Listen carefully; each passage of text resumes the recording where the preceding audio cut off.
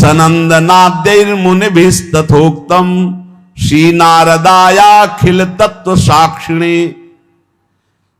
अज्ञान अंधकार की परंपरा का नाश करने के लिए श्री राधा चरणारविंद की उपासना अनिवार्य है। अगर पूर्ण अज्ञान का नाश करके प्रेम में डूबना है तो श्री जी के चरणों का आश्रय ले लो। गोस्वामी तुलसीदास जी बड़ी प्रवीणता से श्री जानकी जी के चरणों में जब किसी को विशिष्ट प्रेम मिला है प्रभु का, तो प्रभु की प्रियतमा से ही प्राप्त हुआ है। जनक सुता जग जननी जानकी, अतिशय प्रिय करुणा निधान की। ताके जुग पद कमल मनाऊं, जा सुकृपा निर्मल मति पाऊं। प्रभु को निर्मल चाहिए ना, निर्मल मन जन सो मन पावा। कहां से होगा? बोले सिया जी की कृपा से होगा। प्राण प्रीतमा श्री राम जी की हे जनक नंदनी, आपके जुगल चरणारविंद की वंदना करता हूं। आप मेरी मति को निर्मल प्रेममय कर दीजिए। कभी किसी को कहीं भी विशिष्ट प्रेम, देखो हनुमान जी महाराज को सिया जी ही प्रेम दे रही। राम रसायन तुम्हारे पासा, सदा रहो रघुपति के दासा। तुम्हारे भजन राम को पावे, तुम्हारे भजन, ये सिद्धांत है, सिद्धांत है।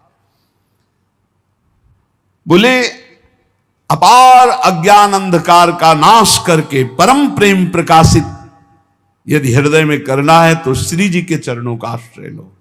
राशेश्वरी, सर्वेश्वरी, निकुंजेश्वरी श्री लाडली जी,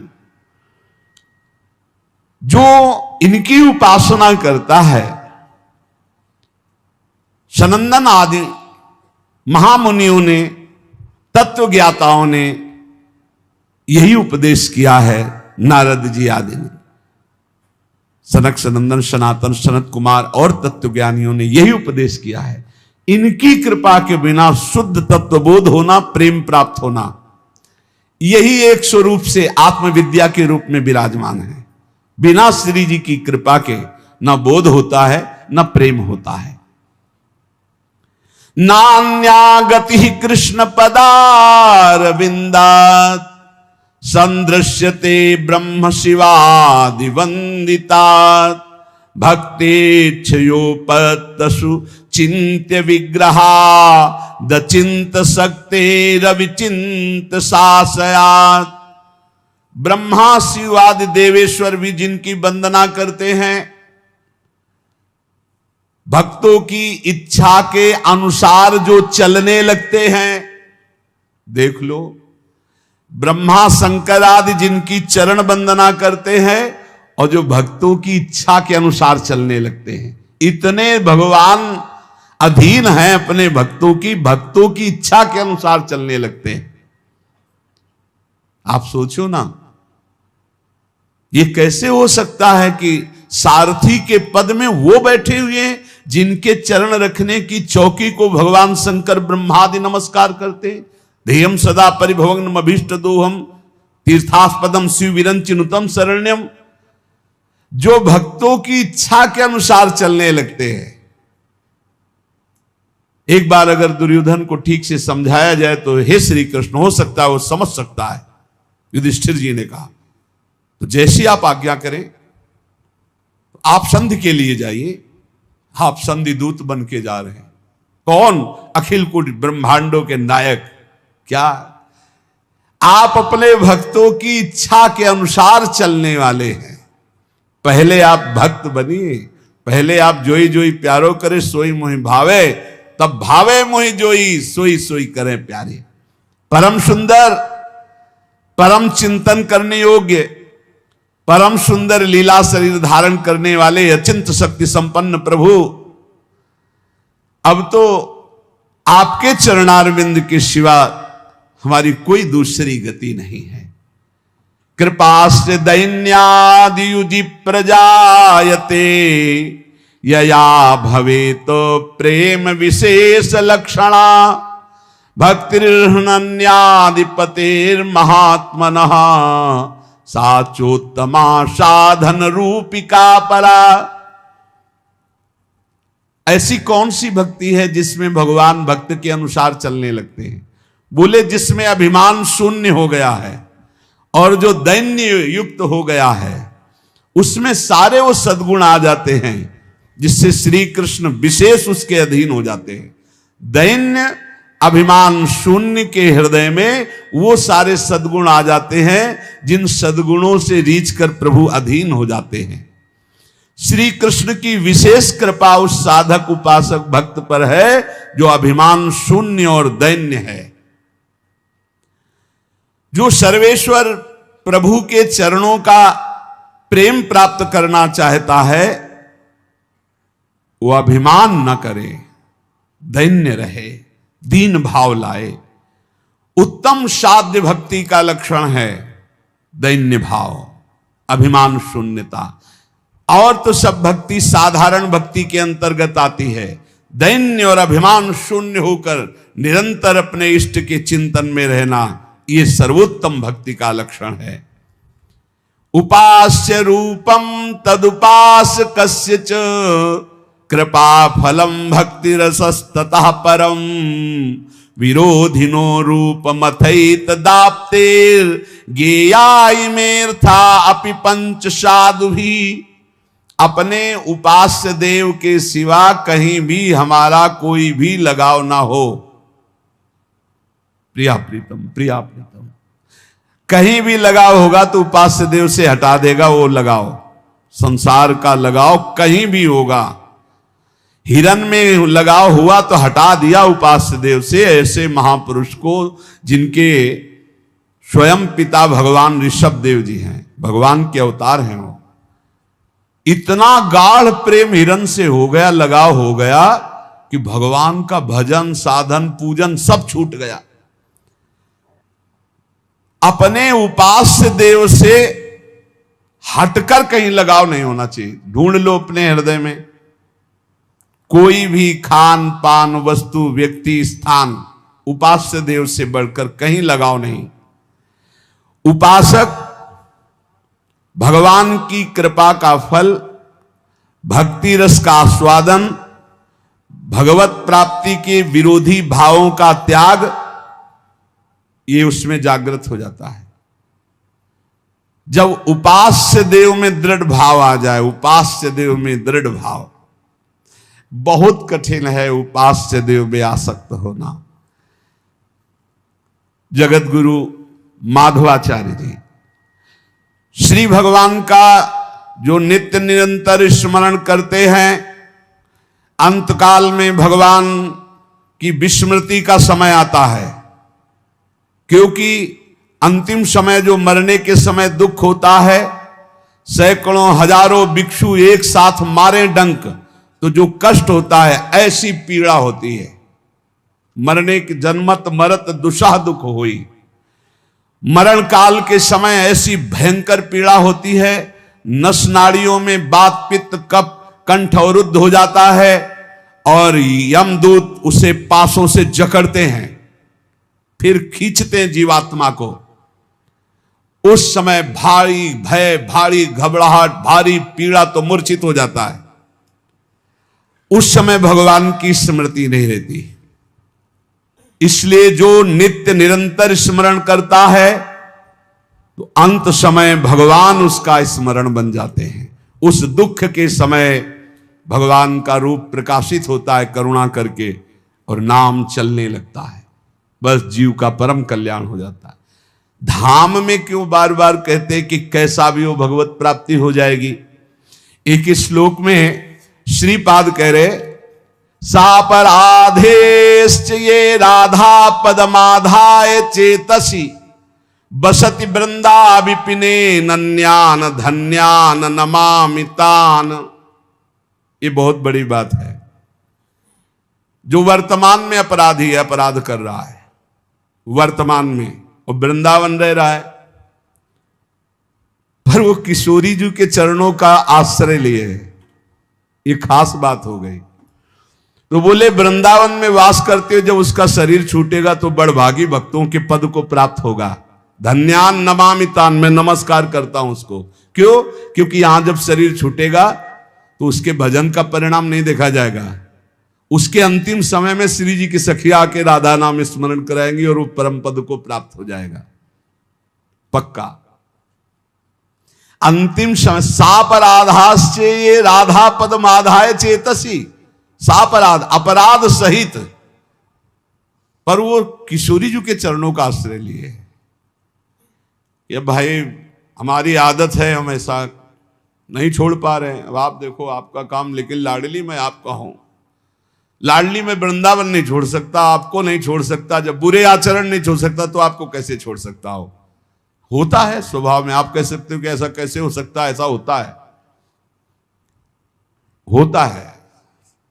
स्वभाव बहुत विचित्र है, स्वभाव बहुत विचित्र। जो जैसा होता है। एक बहुत रईस घर के महात्मा थे, बड़े विरक्त थे, पर एक कपड़ा भी ना उसको एकदम ऐसे चश्मा जहां रखना, जैसे दो तीन चीजें थी। बड़े वैरागी, बड़े, पर वो बड़े घर में प्रकट हुए थे तो उनकी जो रहनी थी वो बताती थी कि किसी विशिष्ट घर के है।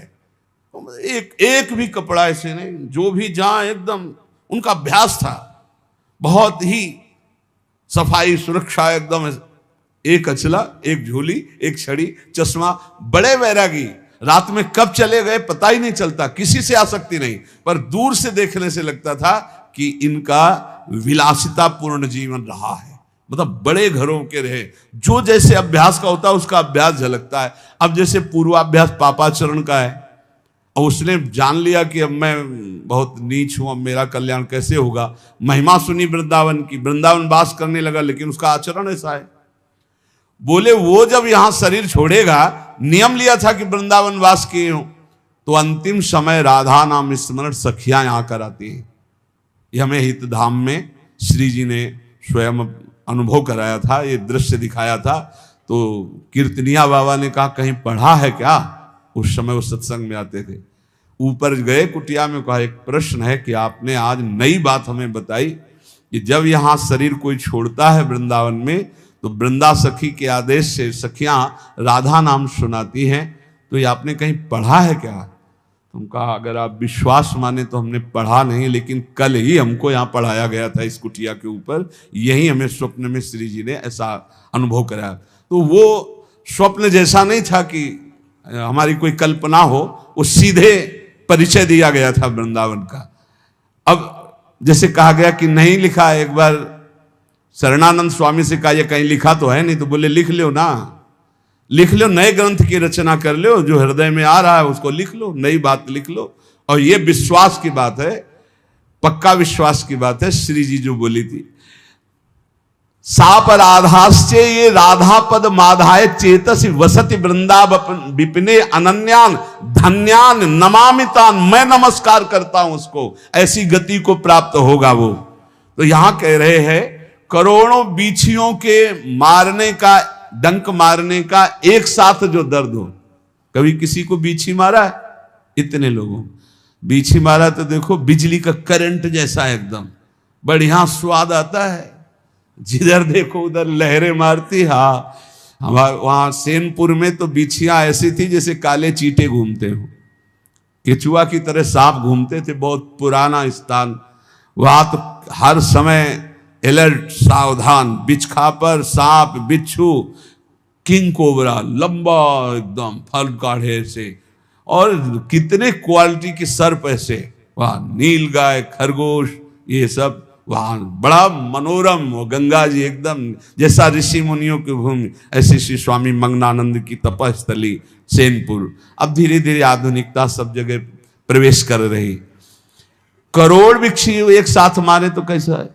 एक भिक्षु में तो झाड़ने के, मंत्र झाड़ने वालों की खोज होने लगती है, औषधियां होने लगती है। करोड़ भिक्षु एक साथ मारे डंक, ऐसा प्राण निकलने। लेकिन वो भी छोटा होगा, जब कंठ अवरुद्ध होते, प्राण निकलते, जीव की बड़ी, उस समय भगवत स्मरण थोड़ी आता है। कोई भयानक कष्ट हो फिर आप परीक्षा करो अपनी कि तुम्हारा चित्त कहां है। यही तो भक्ति का रंग है, तुम्हारा चित्त कहां है। अब कोई कष्ट का विषय हो फिर देखो तुम्हारा चित्त कहां है। श्री जी में है, जीत गए, बढ़िया काम हो गया। संसार में है, घाटे की बात है। दुख में, साधारण दुख में नहीं, असाधारण दुख में तुम्हारी स्थिति कहां है। भयावह दुख में, भारी संकट, कहां गया मन? किसी के फोन नंबर पर, किसी पर नहीं, श्री जी पर। मेरी लाडली, मेरी प्रिया जी। ये अभ्यास आपको अंतिम समय बहुत बढ़िया काम करेगा। अगर जीवन भर भजन कर रहे हो तो अंतिम समय जब तुम्हारी बेहोश स्थिति होगी उस समय भगवान तुम्हारा होश बन जाएंगे, प्रिया जी तुम्हारा होश बन जाएंगे और स्मरण चलने लगेगा। सब दुखों की स्थिति कर्मानुसार होती है। श्रीमन माधवाचार्य जी, सब दुखों को भोगना अनिवार्य है। जो प्रारब्ध बन चुका है कोई नहीं काट सकता। इसीलिए हम कहते हैं पाखंड में मत फंसो, ये आचार्यों की बातें समझो। शास्त्र रख के इसीलिए सामने चर्चा करते हैं कि ये शास्त्र में जो लिखा है, आचार्य जो कह रहे हैं, आचार्य भगवान ही कह रहे हैं। कोई जंतुर मंतुर टाल सकता है भला? भगवत रसिक जी कह रहे हैं, आचार्यों की बात समझो। अनहोनी नहीं होई कछु, होनी मिटे न कोय। देखो सीता दशरथ अति समर्थ तह दोए। महापुरुष जन लिखे, सुनो ध्यान से। अनहोनी नहीं होई कछु, होनी मिटे न कोय। देखो सीता दशरथ अति समर्थता दोए। अति समर्थता दोए राम भरता वशिष्ठ गुरु। बोले देख लो, जो होनी होना है वो हो के रहेगा, कोई पैदा नहीं हुआ कि टाल दे। इसीलिए हम चिल्ला चिल्ला कहते कि ड्रामे में मत फंसो, नौटंकी में मत फंसो। होनी जो होगी उसे कोई टाल नहीं सकता। बोले अति समर्थ हैं भगवान श्री राम। 14 वर्ष का वनवास होता है और सीता जी का अपहरण होता है और समर्थ भगवान को विलाप करते हुए देखा गया। हे खग, हे मृग, हे मधुकर श्रेणी, तुम देखी सीता मृग नैनी। हा सीते, कहां हो तुम? सीता जी का हरण हुआ समर्थ पति श्री राम जी, ये विधान है उनका। दशरथ जी का मरण हुआ समर्थ गुरु वशिष्ठ जी। सब विधान रचने में सर्व सामर्थ्यशाली वशिष्ठ जी। समस्त योग, ज्ञान, भक्ति सबके आचार्य वशिष्ठ जी। कोई साधारण महापुरुष। कौशल्या जी का वैधव्य हुआ। कौशल्या जिनके पुत्र राम, उनको वैधव्य हुआ। जिनके पति राम, उनका अपहरण हुआ। और कौन समर्थ हो सकता है इस त्रिभुवन में? इसलिए अनहोनी नहीं होई कछु, और होनी मिटे न कोय। दूसरा उदाहरण दे रहे हैं। यदुवंशिन को नाश भयो, देखत परमेश्वर। देखते देखते भगवान के नाश हो गया यदुवंशियों का। बाएं जंघा पर दाया चरण रखे, पीपल की उसमें ऐसे बैठे हुए, सामने युद्ध हो रहा है। करोड़ों यदुवंशी आपस में कट कट के मर गए, मुस्कुराते रहे। होना है वो, होनी होनी है। क्योंकि होनी का इन्हीं के अंदर से संकल्प बनता है। कैसे इसको समेटे? तो सांब जी के हृदय में आया। सब 9 युवक थे। ये बाबा लोगों को कुछ समझ में आता है? कुछ है कि ऐसे ही जटा बढ़ाए घूम रहे हैं? क्या करें? बोले देखो इनकी परीक्षा ली जाए। तो सांब को दुल्हन बनाया और उनके पेट में ऐसे कड़ा बांध दी ऐसे, और धीरे धीरे पकड़कर सब सहेलियां बन के गए और दंडवत किया। बोले स्वामी जी, ये नववधू गर्भवती है, क्या होगा इसके? तो बोले बेटा, इसके वही होगा जो तुम्हारे कुल का नाश करेगा। वो तो ब्रह्म ऋषि और तत्काल इतना बड़ा मूसल निकला, किसी से सलाह नहीं ली, डर कर गए और महाराज उग्रसेन से कहा कि ऐसा ऐसा गलती हो गई। तो उनका ऋषियों का शाप तो भयंकर होता है, क्या किया जाए। बोले इसी को घस घस के समुद्र में फेंक देते हैं, इसी से श्राप हुआ है पूरा घस। एक छोटी सी कील बची, उसको मछली खा गई। वो कील व्याध ने अपने बाण की नोक में चढ़ाई, वो भगवान के चरण, भगवान से लेकर के पूरे यदुवंशियों का मेटिया मेट ये उन्हीं के संग। किसी ने सलाह नहीं ली थी भगवान से कि सांप हुआ है तो क्या किया जाए, क्योंकि उन्हीं बोले जो होना है उसे कोई टाल नहीं सकता, जो नहीं होना है वो हो नहीं सकता। यदुवंशियों को नाश भयो देखत परमेश्वर, परमेश्वर श्री कृष्ण के देखते देखते यदुवंशियों का नाश हो गया। और बोले अब परीक्षित का समय आया गिरने का, तो परीक्षित उर्ब्याल मृतक पहिरायो मौनी। वो मौन समाधि में थे, इनकी बुद्धि इतनी खराब हो गई कि मरा सर्प उनके गले में डाल दिया।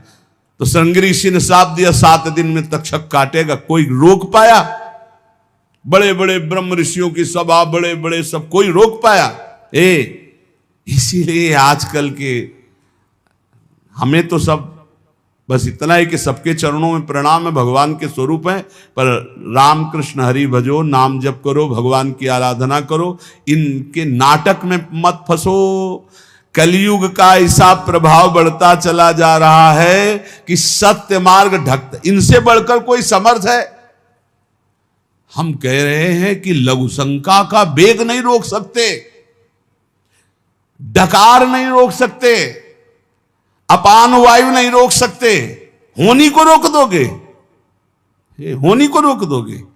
ऐसे ऐसे महात्मा देखो, ऋषियों ने बताया कि महाराज अब तो सब ऋषि खत्म होते चले जा रहे हैं।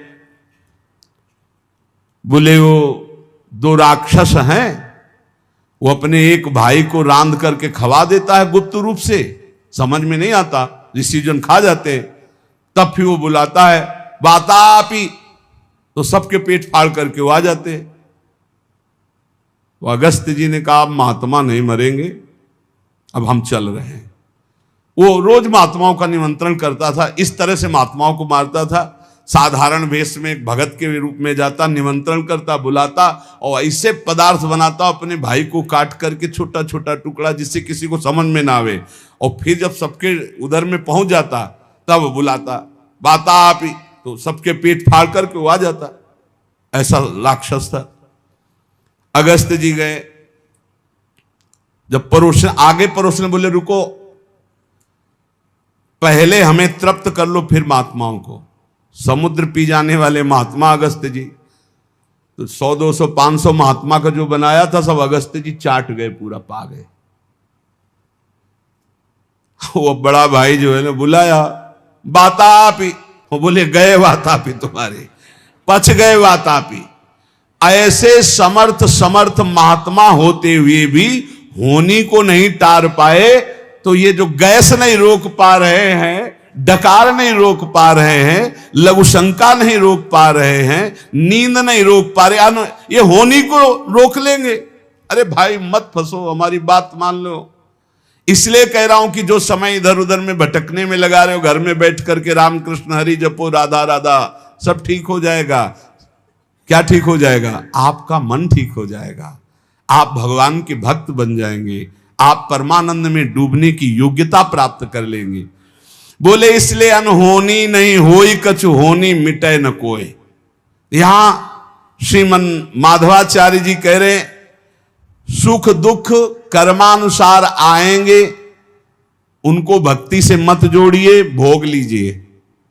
सुख दुख जो आवे निर्विकार, अभी कल चर्चा में था तत्तेनुकंपाम सुस्मी क्षमाणो, जो हर समय भगवान की कृपा को मनाते, बड़ी कृपा बड़ी कृपा, सुख दुख को भोगते रहते हैं और भगवान का स्मरण करते रहते हैं। उनको भगवान की ऐसी प्राप्ति हो जाती है परम पद की, जैसे पिता की संपत्ति का अधिकारी पुत्र स्वयं हो जाता है।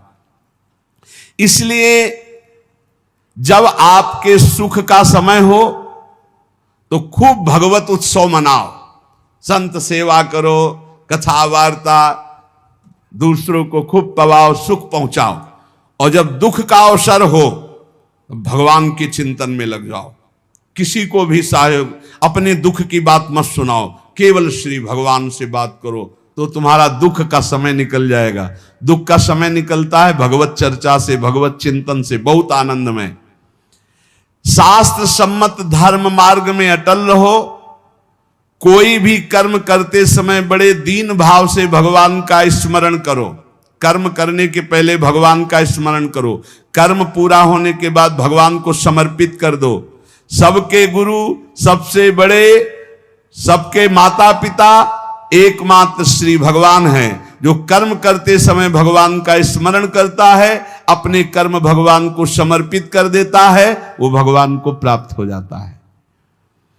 सांसारिक झंझटों का चिंतन करने में समय नष्ट मत करो।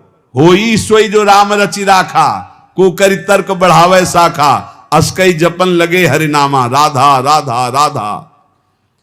अपने अंतःकरण में विचार करो कि जो होना है वही होगा, हम काहे को चिंता करें। अपने कर्तव्य को करो और नाम जप करो, मस्त रहो।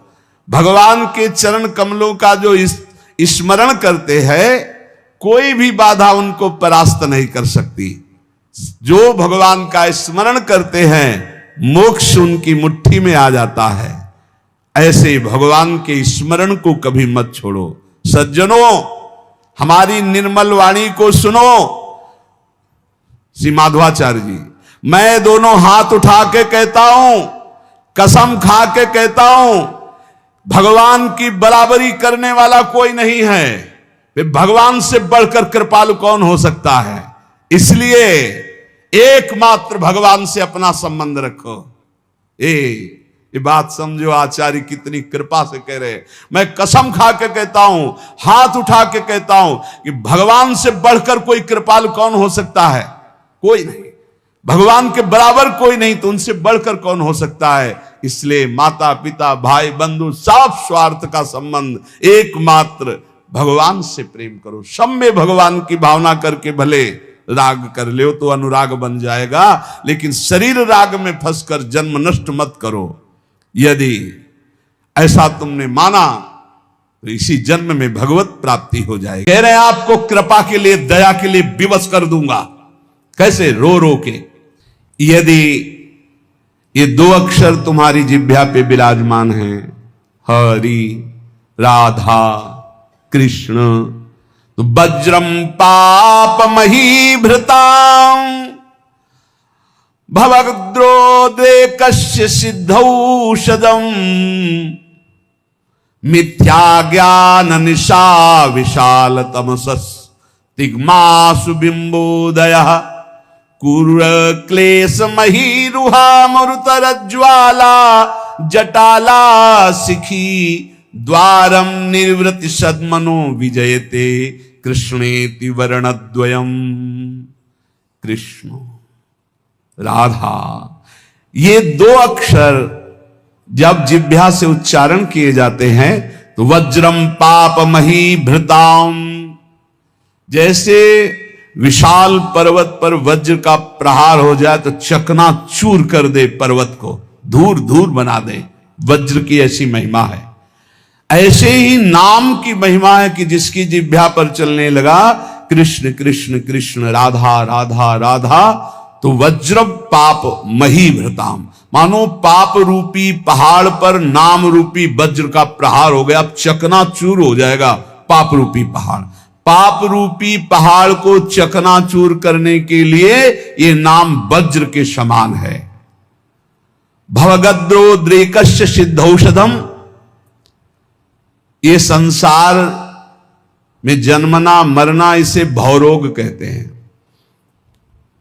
इस भवरोग की सिद्ध औषधि है नाम, दो अक्षर है, राधा राधा कृष्ण कृष्ण हरि हरि।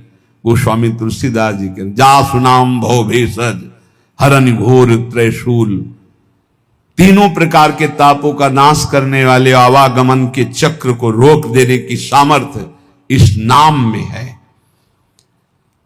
भव रोग की अचूक औषधि, ये दो अक्षर राधा राधा राधा कृष्ण कृष्ण। भवगदोद्रेकस्य सिद्ध औषधम। और मिथ्या ज्ञान निशा विशाल तमसस्तिग्मासु बिंबोदय,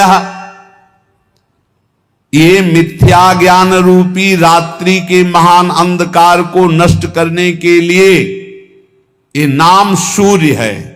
जितना नाम जप करोगे उतना ही आपके हृदय में शुद्ध ज्ञान प्रकाशित होगा। नाम जप करोगे सिद्ध औषधि है, आवागमन चक्र से मुक्त हो जाओगे। नाम जप करोगे तो ये पहाड़ के पहाड़ पापों को भस्म कर देगा। महाराष्ट्र से कुछ विज्ञ परिकरजन आए थे, भक्तजन, तो उन्होंने कहा कि पंचकोशों का बाध किए बिना कोई मुक्त नहीं हो सकता। अन्नमय कोश, मनोमय कोश, विज्ञानमय कोश, आनंदमय कोश, इस तरह के जो कोश हैं, इनका बाध किए बिना कोई जीवन मुक्त नहीं हो। और आपके प्रवचन में प्रायः सुनते हैं कि नाम जप करने से जीवन मुक्त हो जाएगा, भगवत प्राप्त हो जाएगा। तो इन कोशों का बाध तो ज्ञान से होता है। तो उनको बताया कि आप जप करके देखो, प्रश्न करने से, उत्तर प्राप्त कर लेने मात्र से संतुष्टता नहीं होगी। आप जप करो, जप करोगे कुंडलिनी जागृत हो जाएगी, जप करोगे निरंतर प्राण संयमित हो जाएंगे, षट चक्र का भेदन हो जाएगा, पंचकोशों का बाध करने वाला ब्रह्म तत्व का ज्ञान प्राप्त हो जाएगा। कौन सा ज्ञान ऐसा है जो भक्त को ना हो जाए? नाम से जो चाहोगे वो प्राप्त हो जाएगा। मिथ्या ज्ञान निशा विशाल तमसस्तिग्मांसु बिंबोदया। मिथ्या, झूठा, ये मायाकृत जो अज्ञान रूपी अंधकार है, इसका नाश करने के लिए नाम भास्कर के समान है, दिव्य ज्ञान प्रकाशित कर देगा। जो राम राम भी नहीं जप पाते थे, मरा मरा कहते थे, इतना नाम का प्रकाश हुआ कि राम जी के प्रकट होने के पहले ही दिव्य उनके पावन चरित्र का गान कर दिया। विश्वास करो, नाम का प्रभाव। जो सादर राम राम नहीं कह पाते थे, उन्होंने संस्कृत में भगवान के पूर्ण चरित्र का गान कर दिया। ये नाम का प्रभाव। कोई ये ना समझे कि नाम से कैसे, जो योग से प्राप्त होता है, जो ब्रह्म ज्ञान से प्राप्त होता है, वो सब नाम जपने से सब प्राप्त। और नाम जप नहीं है तो शुद्ध ब्रह्मबोध हो ही नहीं सकता। ये काशी से आए हुए एक महापुरुष की बात। मैं नित्य विश्वनाथ जी को जल चढ़ाता हूं गंगा स्नान करके। मैं नित्य वेदांत का अनुशीलन करता हूं गुरु चरणों में बैठकर। इतने वर्ष हो गए ब्रह्मानंद की प्राप्ति के लिए उपाय करते हुए, और 65-70 वर्ष की अवस्था संन्यास वेश। उनका काशी से आपका प्रवचन सुनाऊं तो केवल एक प्रश्न का उत्तर लेने आया हूं, मुझे अब भी शांति क्यों नहीं मिली? शुद्ध हूं, कहीं भी अशुद्ध आचरण नहीं, कहीं भी किसी भी तरह की कोई त्रुटि नहीं। क्या त्रुटि है जो मुझे शांति प्राप्त नहीं हुई? तो उनका आपके दर्शन से पता चलता है कि आप शुद्ध साधक हैं। आपके वचनों से पता चलता है कि आप प्रयासरत बहुत अच्छे साधक हैं। पर जो हम त्रुटि पकड़ पाए वो आप पकड़ पाए? क्या आप निरंतर मंत्राकार वृत्ति करते हैं? उन्होंने कहा नहीं, बस यही एक त्रुटि है, जाओ ये कर लेना। प्रक्रिया बताई। महीना 1.5 महीना बाद जब आए थे तो खूब आनंद पूर्वक, एकदम जैसे कोई अपने रिश्तेदार से मिले ऐसे, और बोले बस एकदम, क्योंकि वही एक त्रुटि है। समझ रहे हो? गुरु चरणों में बैठ के वेदांत भी पढ़ते सब, लेकिन जो चाहिए वो नहीं था। क्यों? निरंतर मन, कोई नई बात नहीं हुई, वो पकड़ नहीं पाए, शास्त्रों से पकड़ नहीं पाए। वो वही सूत्र है, वही सूत्र पकड़ लो, सब हो जाएगा। जो नाम प्रिय हो राम कृष्ण हरि, राधा राधा राधा राधा। पाप रूपी पहाड़ को नष्ट करने के लिए वज्र, जन्म मरण रूपी रोग को मिटाने के लिए अचूक औषधि, अज्ञान अंधकार रूपी रात्रि का नाश करने के लिए भुवन भास्कर। कौन? बोले नाम। क्रूरो क्लेश मही रुहा मूर्तर ज्वाला जटाला सिखी। आहा, ये क्रूर क्लेश रूपी जो हमारे कर्म हो चुके हैं बड़े बड़े भयानक वृक्षों के रूप में हैं, इसके लिए नाम प्रचंड ज्वालामयी अग्नि है, पूरे वन के वन को भस्म कर देगी एक वृक्ष की क्या। ये हमारे क्रूर क्लेश देने वाले जो कर्म जमा है, ये वृक्ष नहीं पूरे वन के वन समझो जमा है। इनको भस्म करने के लिए अग्नि चाहिए। वो अग्नि कौन है? नामाग्नि। द्वारम निर्वृति सदमनो विजयते कृष्णेति वर्णद्वयम। परमानंद निकेतन के द्वार में पहुंच चुके हो यदि नाम जपना शुरू कर दिया, राधा राधा कृष्ण कृष्ण, इसलिए इन दो अक्षरों की सदा जय हो। जिसकी जिह्वा पर विराजमान होते हैं उसकी सदा जय होती है। कह रहे भाई वृंदावन मत जाना। क्यों? बोले हम पहले से तुम्हें सावधान कर रहे हैं। एक चोर रहता है, वो तुम्हारे चित्त को चुरा लेगा। रे चेता कथयामि ते हितमिदम वृंदावने चारयन वृंदम कोपि गवाम नवाम बुध निभो बंधुर्न कार्यस्त्वया सौंदर्यामृत मुद्गिरद्भिरभितः सम्मोह मंदस्मितै रेश त्वाम तव वल्लभाश्च विषया नासुक्षयम निश्यति। सावधान मत जाना ब्रज नगरी में, वृंदावन में, वहां एक बहुत बड़ा चोर रहता है। क्या? बोले वैसे तो गाय चराता है, पर नवीन नील मेघ की सी कांति है, बड़ा छैल छबीला है। वो सौंदर्यामृत सिंधु का साक्षात गाढ़ स्वरूप है। जब वो मंद मंद मुस्कुराता हुआ तिरछी चितवन से देख लेता है तो जिसको देख लेता है उसका समस्त विषय विष सब नष्ट हो जाता है और वो सदा सदा के लिए उसी का हो जाता है। इसलिए यदि तुम्हें विषयों में सुख चाहिए तो बोले वृंदावन मत जाना। वृंदावन का ठाकुर ऐसा है, ये चित चोर है।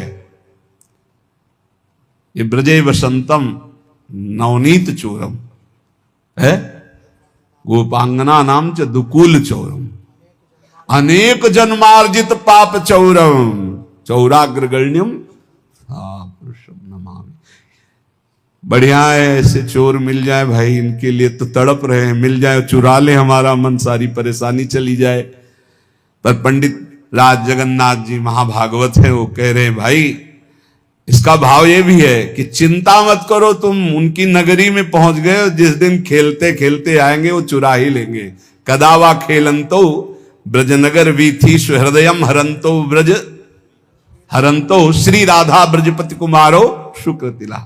देख लेना, अगर ब्रजनगर में वास करते हो और रसिकों के अनुसार चलते हो तो कभी न कभी खेलते हुए ये दोनों युगल सरकार आएंगे और तुम्हारे चित्त का अपहरण कर ले जाएंगे।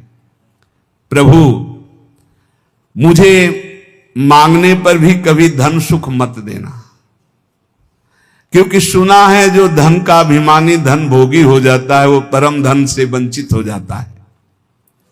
प्रभु मैं मांगू तो शरीर का भोग कभी मुझे मत देना।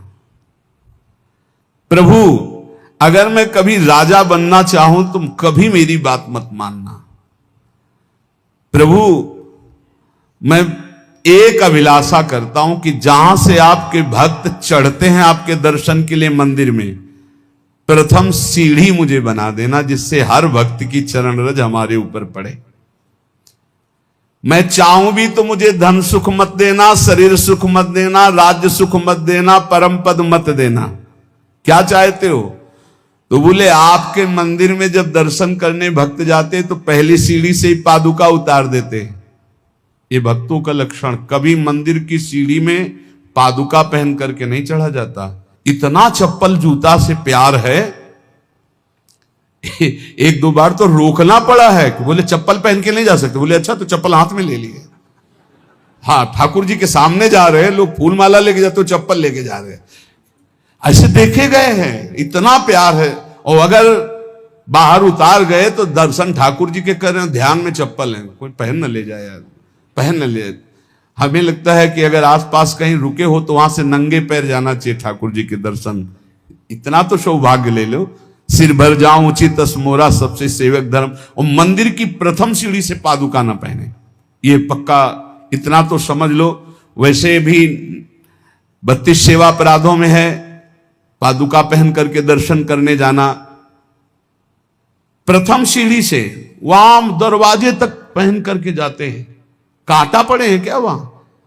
प्रथम सीढ़ी के पैर छू पादुका उतार, कोई ले जाएगा तो घर में रख के आओ ना। इतना प्रिय पादुका है तो उसको फिर, अरे ठाकुर जी के आगे प्राण भी प्रिय नहीं है, ले जाएगा बेचारा। चार दिन तुम पहने, 4 दिन वो पहन लेगा। बोले तुम तो बाबा जी हो, तुम्हें फिर कोई दे देगा। वैसे तुम बिल्कुल अपने घर में उतार के जाओ, नंगे पैर जाओ। अरे ठाकुर जी के दर्शन करने जाओ। यहां बम्बूल का बंद थोड़ी है कि बड़े बड़े कांटा पड़े हैं, ऐसे थोड़ा तो कष्ट सहो। प्रभु मुझे मंदिर की प्रथम सीढ़ी बना दीजिए जिससे भक्त की चरण रज मेरे ऊपर पड़े। जब चरणों भक्त के मेरे ऊपर बार बार पड़ेंगे ना, और वो दर्शन करके फिर लौटेंगे, दर्शन कर ले जा रहे हैं, प्रभु मुझे बहुत सुख मिलेगा। इससे बड़ा कोई मुझे पद नहीं लगता कि रोज सैकड़ों हजारों भक्तों की चरण रज हमारे ऊपर पड़े।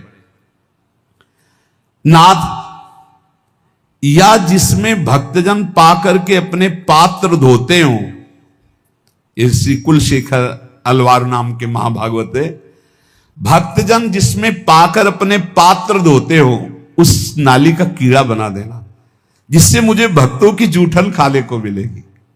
कैसे भक्त है सोचो। मुझे धन, शरीर सुख, राज्यपद, परम पद नहीं चाहिए। आप उस मंदिर का प्रथम सीढ़ी बना देना जिसमें भक्तजन चरण रखे। या फिर प्रभु दूसरी मांग, जिसमें भक्त प्रसाद पाके अपने पात्र मार्जन करते हैं, उस नाली का कीड़ा बना देना जिससे मुझे उनकी जूठन पाने को मिलेगी। प्रभु अगर ऐसा भी ना हो तो जिस बगीचे से आपके फूल जाते हो आपके श्रृंगार के लिए, तो मुझे कोई पुष्प का पौधा बना देना कि मैं आपका फूल बन जाऊं आपके लिए और आपके श्रृंगार के काम में आऊं। देखो, माता चाहे पुत्र उपद्रव करे या सौम्य हो, वो दुलार ही करती है, रीझ कर या खींच कर, जैसे भी वो। प्रभु मेरी बात मान लो, मैं हूं तो बच्चा आपका, रीझ जाओ तो मुझे दे दो, खींच जाओ तो मुझे दे दो। ये प्रभु मैं रोता चिल्लाता छटपटाता रहूंगा जब तक आप मुझे ये नहीं दोगे। नाथ, तुम चाहे जितनी उपेक्षा करो, ध्यान दो या ना दो, मैं चिल्लाता रहूंगा और जोर जोर से पुकारता रहूंगा, क्योंकि मेरी दूसरी गति नहीं। मैं भक्त चरण रज, भक्त जूठन या आपकी सेवा, यही परिणाम चाहता हूं। हे प्रभु, मेरे को ऐसी सामर्थ्य दो कि मैं परिवार के बीच में रहता हुआ भी परिवार से ममता ना करूं।